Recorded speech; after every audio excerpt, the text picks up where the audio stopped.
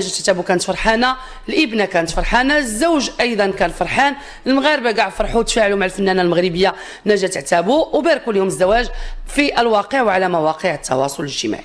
اليوم في الصباح تلقينا واحد الاتصال عند واحد الشابه مغربيه كتقطر بالديار القطريه كتقول لنا فيهم بانها هي ايضا تفاجات بل وتصدمات في هذا الزواج لان العريس راجلها وبقى مزوجه به وولد معاه جوج وليدات. اكيد احنا ايضا تصدمنا وبطبيعه الحال ربطنا بها الاتصال بعد ما ربطاتو بنا هي ايضا باش انها توضح وتقول لنا الحقيقه. السلام عليكم. الو السلام عليكم. اش اخبارك؟ كيفاش اختي؟ لاباس عليك؟ الله يبارك فيك الحبيبه ديالي، كلشي مزيان؟ الحمد لله. الله يسول فيك الخير. شنو واقع لاله؟ انا بحالي بحالكم، انا راجلي مسافر، كان عنده مشكله على اساس في قطر وعنده ابعاد وعلى اساس غادي يخرج من قطر شهرين ويرجع. الوقيته اللي سافر قال لي اكتشف بانه راه ما هو كان مده ومريض، قال لي اكتشف بانه راه فيه السرطان في المعده وراه غادي يدير عمليه في الاردن، ومفروض على اساس العمليه عنده نهار السبت. وكندعيو معاه وخايفين عليه وكنبكيو، حتى كنتفاجئ بحال الفيسبوك حتى كيطلع لي فيديو ديالو راه عريس.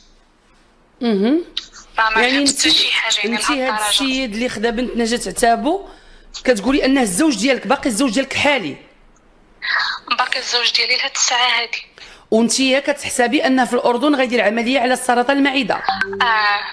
وعلى اساس انه الخميس بعدا راه دخل للطبيب، وباش يبعدني يمكن باش ما بقاش نهضر معاه في التليفون ويهضر معايا في التليفون، زعما راه في السبيطار باش يقلل التوسط. يمكن هادشي علاش اختار هاد الفيلم ديال المرض باش يدوز شهر العسل فرحته. واخا على هو ما عارفش بانه واخد بنت واحد الفنانه مغربيه اللي هي كيعرفوها المغاربه كاملين، وان حفل الزفاف راه ممكن انه يتبارطاجا في مواقع التواصل الاجتماعي.